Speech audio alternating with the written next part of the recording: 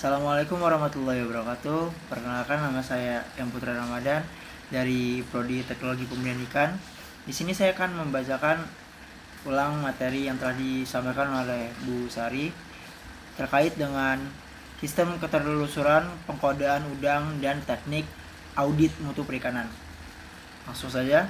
Yang pertama itu ada urgensi dan konsep dasar traceability pada komunitas udang.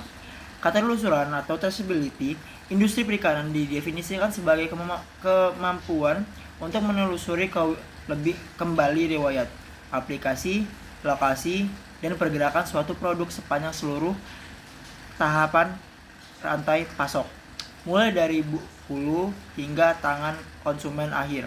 Pada komunitas udang, sistem ini bukan lagi sekadar pelengkap administrasi, melainkan persyaratan mutlak untuk menembus pasar global seperti Amerika Serikat, Uni Eropa, dan Jepang. Menerapkan regulasi keamanan pangan secara ketat.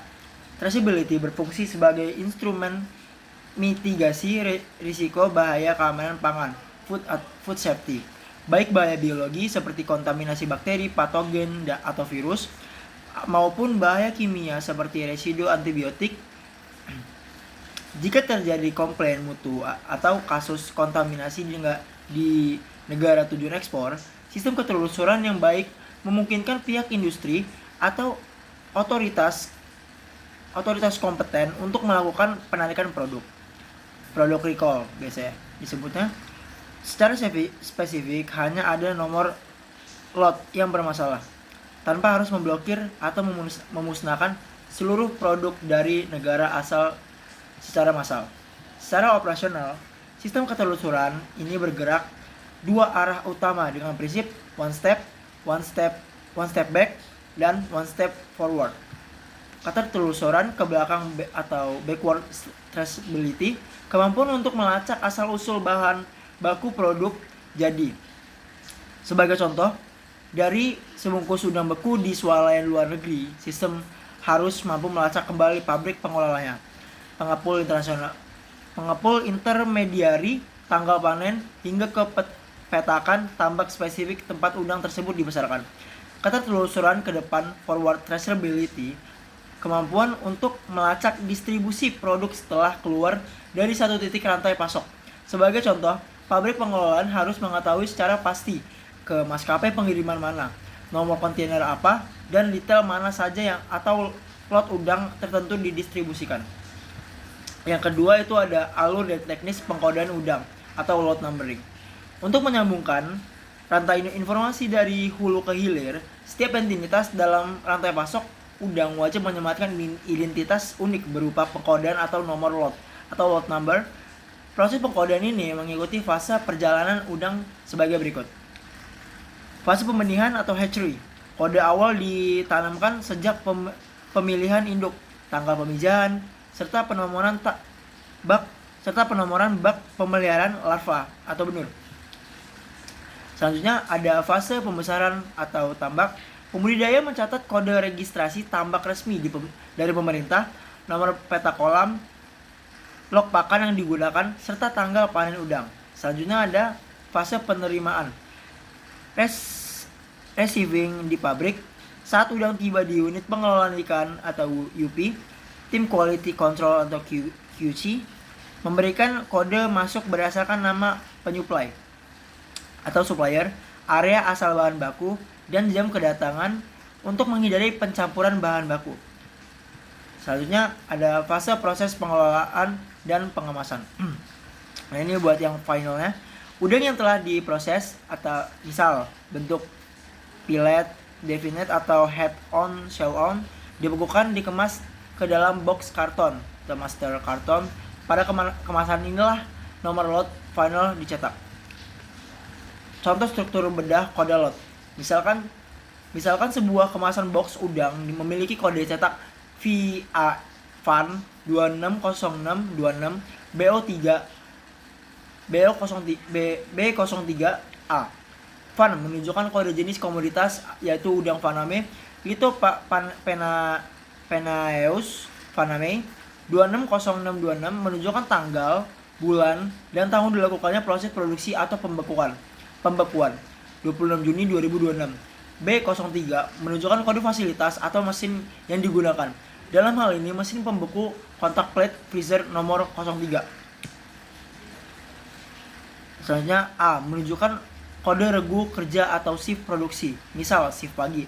Pada industri modern, kode alphanumeric ini diintegrasikan ke dalam bentuk QR code atau kode batang, barcode 2 dimensi, yang terhubung langsung ke sistem basis data berbasis ERP atau Enterprise Resource Planning, sehingga pemindaian data dapat dilakukan secara instan secara digital. Yang ketiga, ada teknik audit manajemen mutu perikanan. Audit mutu adalah suatu proses yang sistematis, independen, dan terdokumentasi untuk memperoleh bukti objektif dan mengevaluasinya secara kritis guna menentukan sejauh mana kriteria standar seperti HACCP, CKIB, GMP, dan SSOP telah diimplementasikan oleh suatu unit usaha perikanan.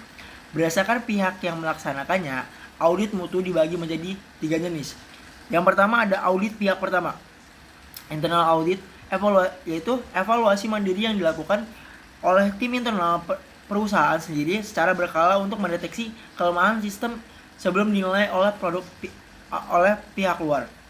Yang kedua, itu ada pihak kedua, audit yang dilakukan oleh pihak pembeli atau bayar atau calon pelanggan luar negeri untuk memastikan bahwa pabrik mitra mampu memenuhi standar mutu spesifik yang mereka minta.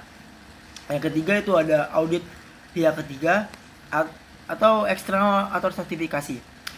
Audit formal yang diselenggarakan oleh lembaga sertifikat independen atau otoritas kompeten pemerintah seperti Balai Karantina Ikan dan Pengendalian Mutu atau BKIPM untuk menerbitkan sertifikat resmi seperti sertifikat CKIB dan HACCP.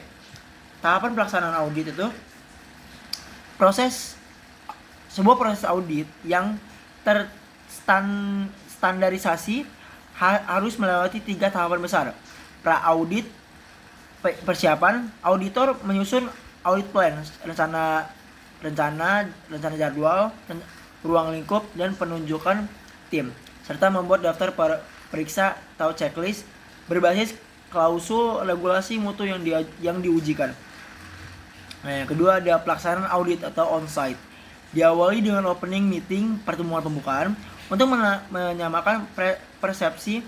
Selanjutnya auditor mengumpulkan bukti audit di lapangan melalui kombinasi 3 teknik, yaitu wawancara dengan operator atau pekerja, observasi lapangan untuk melihat konsistensi sanitasi, dan tinjauan dokumen atau menelaah lembar logbook. Proses diakhiri dengan closing meeting untuk memaparkan hasil temuannya. Selanjutnya, pasca audit. Auditor menyusun laporan resmi dan menerbitkan formulir permintaan tindakan perbaikan corrective action request atau CAR apabila ditemukan ketidaksesuaian yang wajib ditindaklanjuti oleh pihak auditif perusahaan melalui analisis akar masalah atau root cause analysis. Yang keempat itu ada simulasi audit pada sistem ketertelusuran atau traceback test. Dalam praktik audit mutu di pabrik udang, salah satu pengujian paling krusial yang dilakukan oleh auditor untuk validasi keandalan sistem pelabelan adalah dengan melakukan pengujian telusur balik atau traceback test. Secara teknik, auditor akan berjalan menuju gudang baku atau cold storage dan memilih secara acak mutu box udang siap edar. Auditor akan mencatat nomor lot yang tertera pada box tersebut. Kemudian menantang tim manajemen mutu UP untuk menyajikan seluruh dokumen pendukung yang berkaitan dengan nomor lot tersebut dalam batas waktu tertentu, biasanya maksimal 2 jam. Dokumen yang harus mampu ditunjukkan secara runtut meliputi catatan suhu pembekuan, lembar pemantauan higien pekerja yang mengemas udang tersebut, logbook sanitasi mesin, pembeku, manifest truk pengangkut bahan baku, hingga sertifikat cara karantina ikan yang baik atau CKIB. Dari tambak tempat menur udang itu pertama kali ditebar. Nah, jika industri mampu menyajikan jalinan dokumen tersebut secara akurat dan cepat, maka sistem traceability dinyatakan lulus dan andal. Sebaliknya, jika ada rantai informasi yang putus atau tidak sinkron, auditor akan mencatatnya sebagai temuan ketidaksesuaian atau non-conformance berkategori mayor atau kritis yang dapat menunda atau membatalkan status sertifikasi mutu perusahaan tersebut. Sekian penyampaian ulang materi dari saya. Wassalamualaikum warahmatullahi wabarakatuh.